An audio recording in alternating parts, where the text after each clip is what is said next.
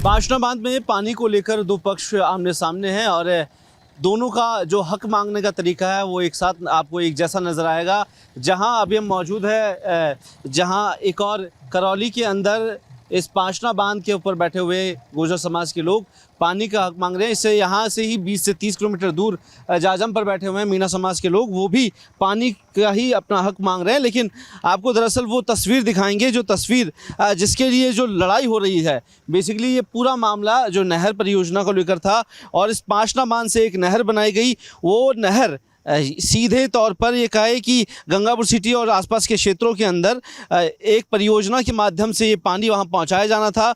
उस पानी को तकरीबन 20 साल पहले रोक दिया गया और जो गांव इससे प्रभावित हुए वो गांव वालों का कहना था कि इस पानी का पहला हक उनका है। और ये हक की लड़ाई इस कदर चली कि हाईकोर्ट के आदेश आने के बाद भी उन्हें पानी जो दोनों पक्ष मांग रहे हैं, दोनों को ही पानी नहीं मिला। और इस कदर ये विवाद इतना बढ़ता गया कि अभी फ़िलहाल इस पूरे मामले को लेकर किसी तरीके का कोई आश्वासन नहीं है। लेकिन दोनों पक्ष नाराज़ है, दोनों पक्ष पानी की मांग पर है और एक जैसा जो रुख अख्तियार किए हुए हैं। सीधे तौर पर यह कहा जा सकता है कि अब ये कहीं ना कहीं एक सामाजिक लड़ाई हो गई है, राजनीतिक लड़ाई हो गई है। क्योंकि जो पानी की लड़ाई थी, जो पानी को लेकर मुद्दा बनाया गया था, उस मुद्दे को समझने की आप कोशिश कीजिए।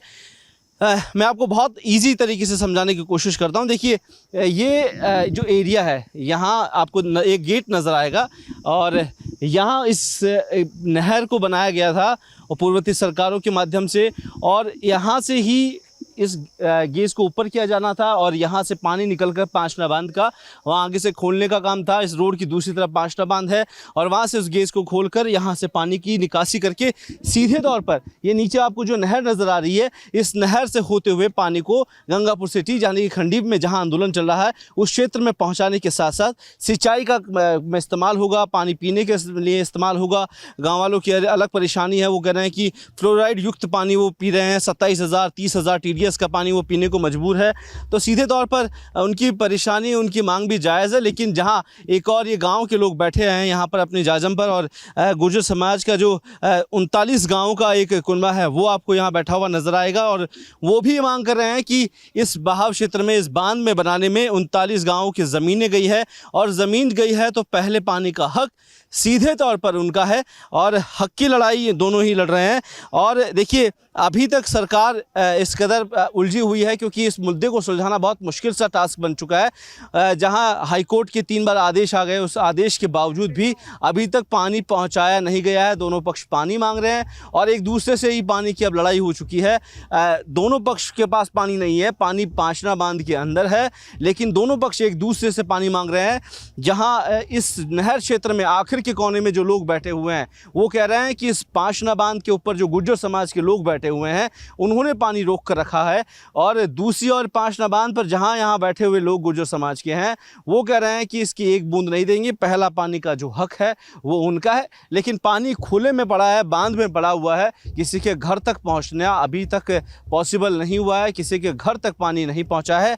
एक बड़ा मुद्दा बन चुका है। दूसरी तरफ 360 गाँव अलग है, जो पहले जो नदियाँ उनके पास से बहा करती थी वो बहाव क्षेत्र भी बंद करके बांध बना दिया गया। उनकी भी यही मांग है कि पानी पहुंचाया जाए। लेकिन ये जो पहले पानी का हक और इसकी जो जद है, इसकी जो जंग है, वो सीधे तौर पर इस कदर बढ़ने लगी है कि अब ये पूरा मामला राजनीतिक रुख अख्तियार कर चुका है। सीधे तौर पर आप देखेंगे बाहर की तस्वीरें मैं आपको और दिखा देता हूं कि किस कदर लोग अभी आपको इस भरी गर्मी के अंदर, जहां टेम्परेचर 40 से 45 डिग्री के पार पहुंच रहा है, वहां धरने पर बैठे हुए नजर आएंगे।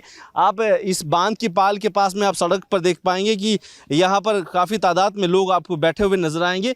और इस बात को आसानी से समझने की ये भी बात है कि इस पूरे मामले को लेकर अभी तक कोई बयानबाजी सरकार की ओर से नहीं हुई है, किसी पक्ष की सुनी नहीं गई है।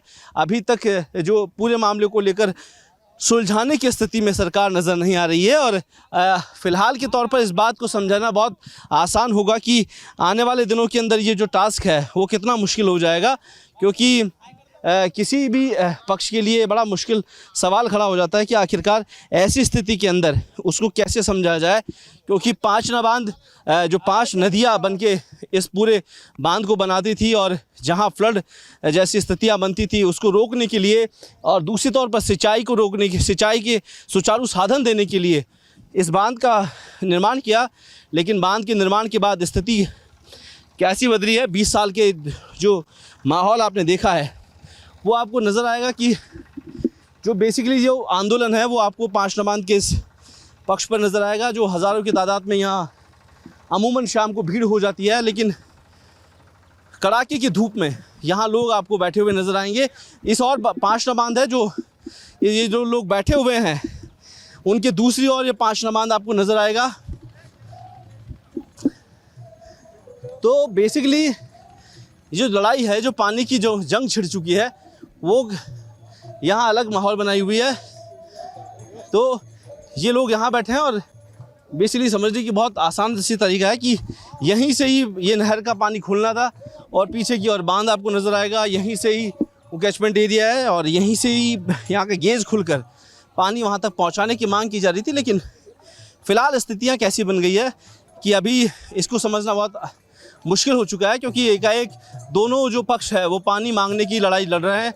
एक ही मांग है, तरीके अलग अलग ज़रूर होंगे, लेकिन सत्ता पक्ष में बैठे हुए लोग फ़िलहाल इस पूरे मामले को लेकर अभी असमंजस की स्थिति में है कि कैसे रार को कैसे आखिरकार निपटाने का काम किया जाए। कैमरा पर्सन त्रिलोक के साथ कुलदीप, रिपोर्ट भारत, करौली।